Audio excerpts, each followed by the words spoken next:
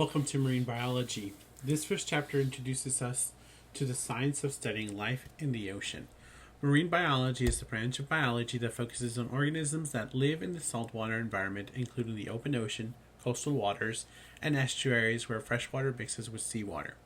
It is not a separate discipline, but rather an interdisciplinary field that integrates biology, chemistry, geology, physics, and even meteorology to help us understand the ocean as a dynamic system. In this chapter, we'll explore what marine biology is, why it matters, and how to connect to both human society and global ecological systems. We will look at the history of marine biology, including key figures and expeditions that shaped the field, as well as modern research institutions and technologies that help us to explore environments once thought unreachable. Finally, we'll discuss the scientific method, the foundation of all research, and its strengths and limitations in answering questions about the natural world. Marine biology is the study of organisms that live in the sea, which includes not just the open ocean but also areas with partial salinity, such as estuaries. It is not a standalone discipline, but applied science that integrates knowledge from multiple scientific fields.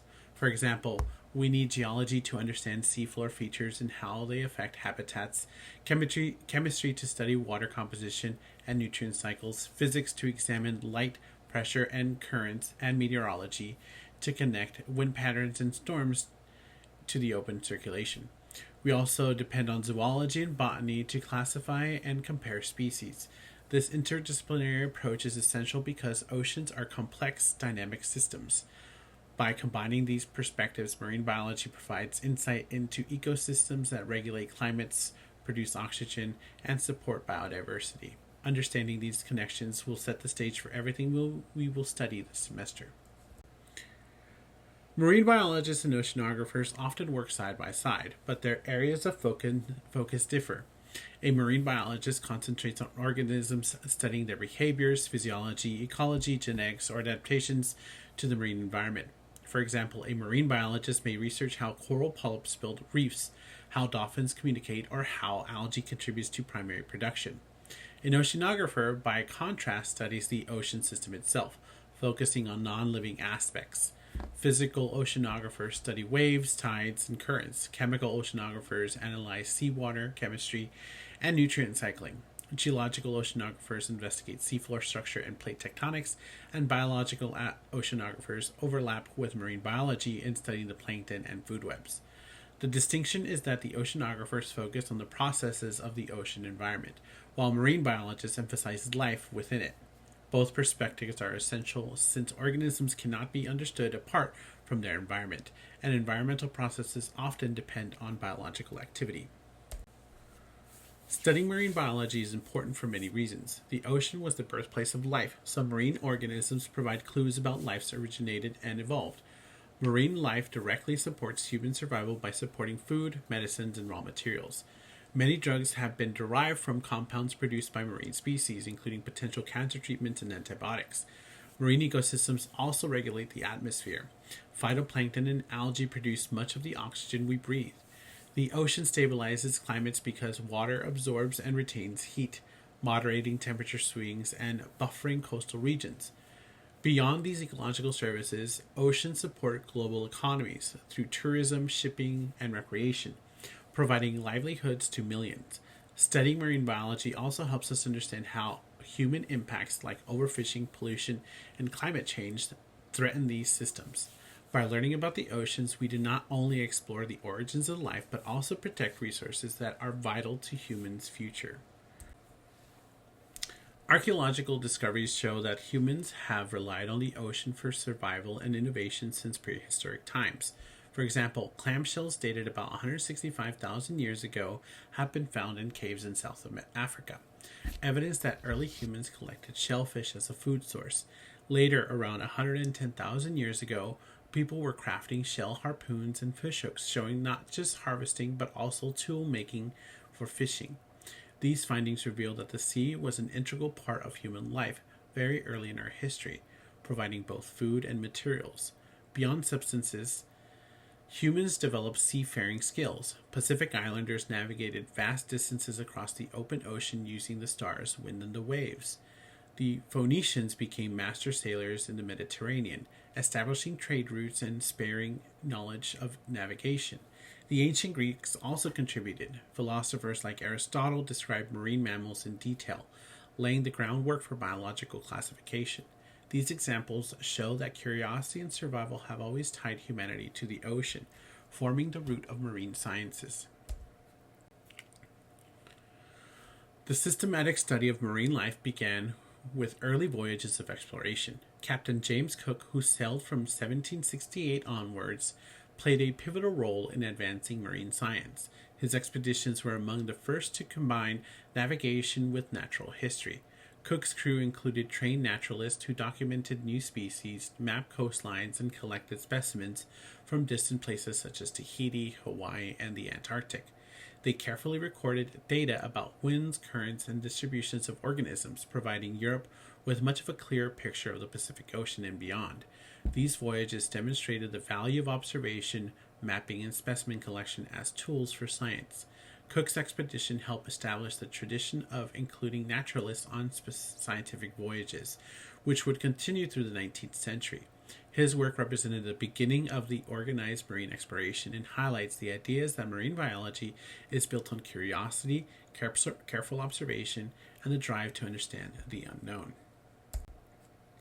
Charles Darwin, best known for his theory of evolution by natural selection, was also deeply engaged in marine biology. During his voyage on the HMS Beagle, Charles Darwin served as a naturalist, documenting marine organisms along with terrestrial plants and animals. While the primary purpose of the voyage was to map coastlines, Darwin seized the opportunity to collect and describe barnacles, corals, and other species. His detailed notes and specimens provided insight into variations, adaptations, and ecological relationships among organisms. Darwin also studied the formation of coral reefs, developing a model of atoll formation that remains influential today. Importantly, the voyage demonstrated the power of the systematic observation and collection, as Darwin's data contributed to his formulation of natural selection. His work shows how careful field biology in marine environments can lead to broad scientific evolution that reshaped our understanding of all life. In the early 1940s and 1950s, Edward Forbes conducted some of the first systematic studies of the seafloor around the British Isles and the Aegean Sea. His research emphasized how species diversity and abundance changed with depth, a concept known as depth zonation. Forbes recognized that environmental gradients, including light availability, pressure, temperature, and substrate type, controlled which organisms thrived in different depths. This idea laid the foundation for modern marine ecology, where scientists still study how gradients shape communities. Forbes' work shows that marine life is not randomly distributed but follows predictable patterns, like biology with environmental conditions. His studies also raised new questions. How deep does life extend? What adaptations allow survival in extreme conditions?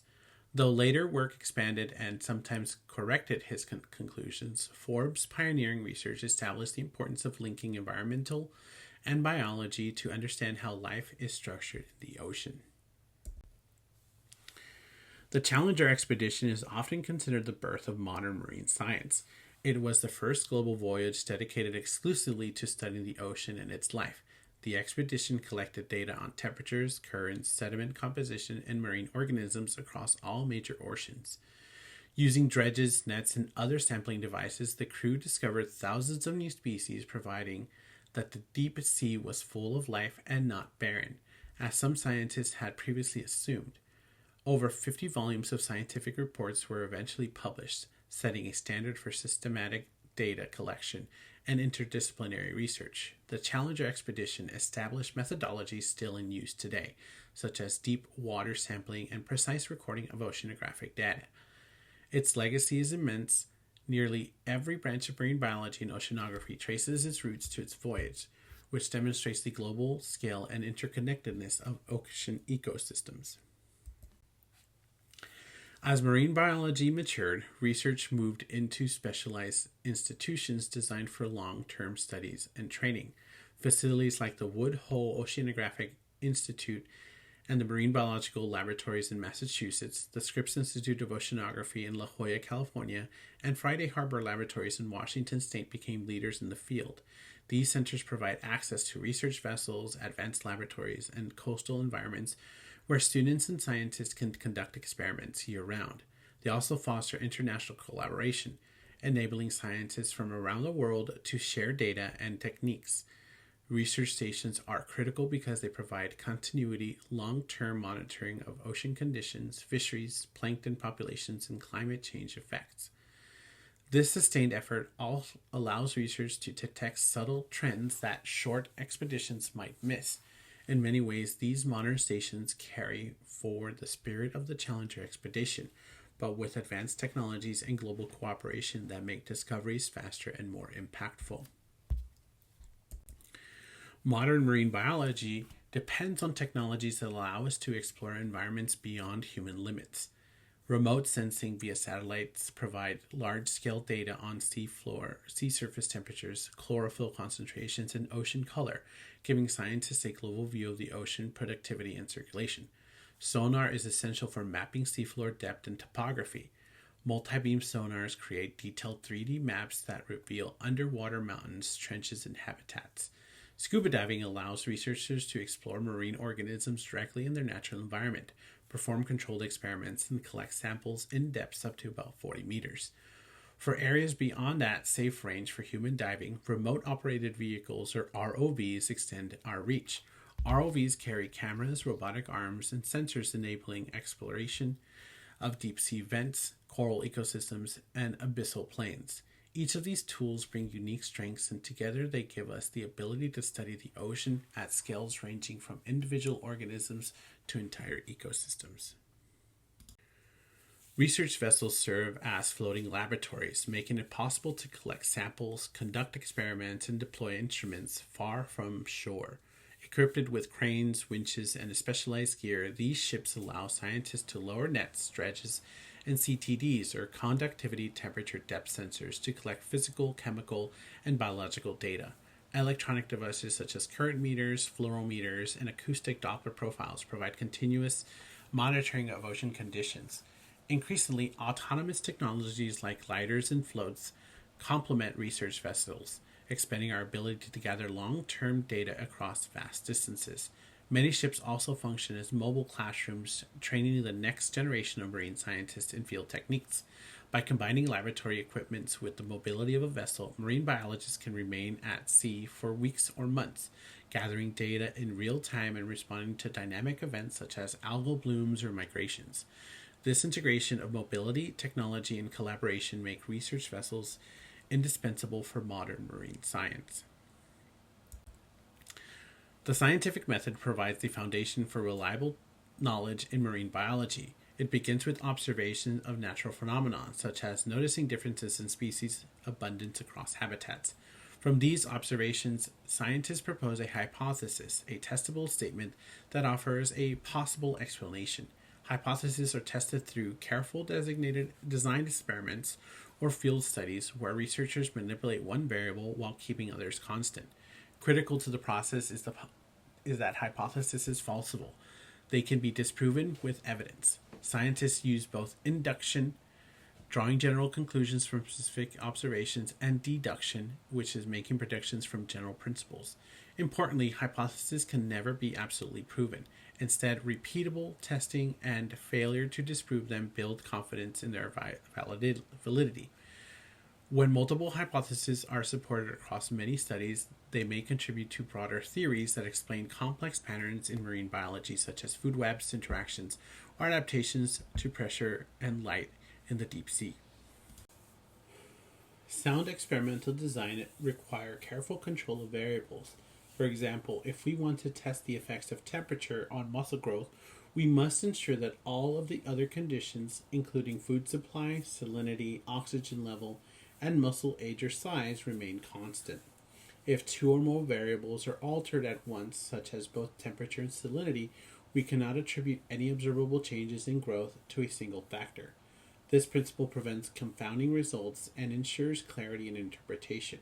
Marine biologists also replicate experiments across multiple samples or tanks to strength reliability.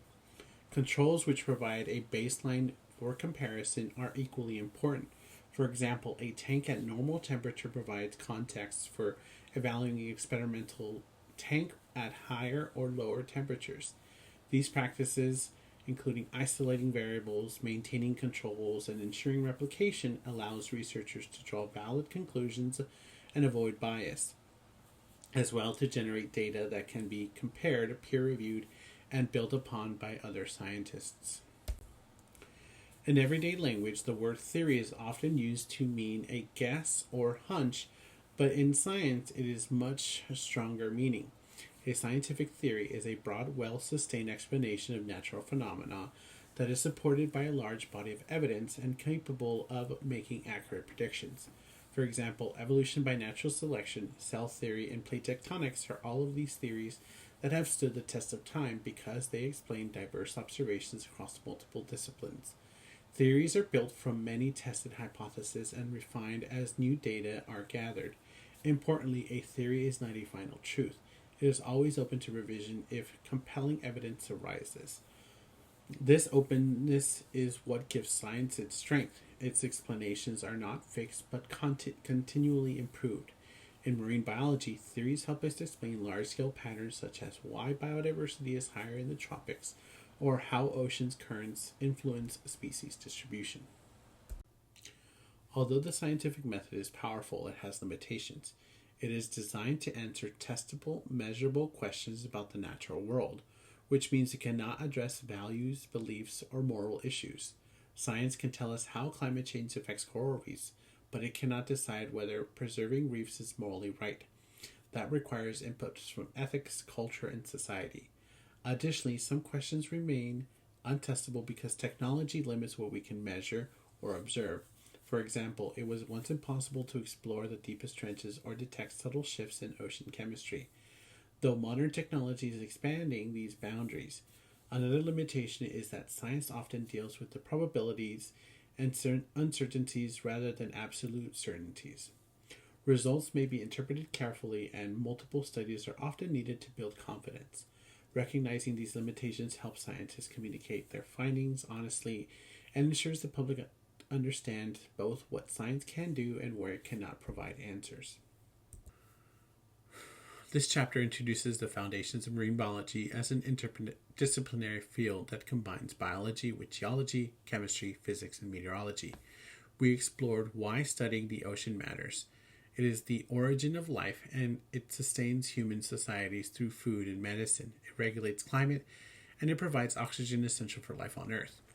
We looked at the history of the field from the exploratory voyages of Cook and Darwin to the Challenger expedition that launched modern oceanography and the research institutes that carry on this work today. We examined the tools that make marine research possible, including satellites, sonar, scuba, ROVs, and research vessels, and highlights the importance of the scientific method as a systemic, evidence-based way to study the natural world. Finally, we consider the limitations of science, recognize that while it cannot answer all questions, it provides most reliable framework we have for understanding marine life and the oceans that sustains it.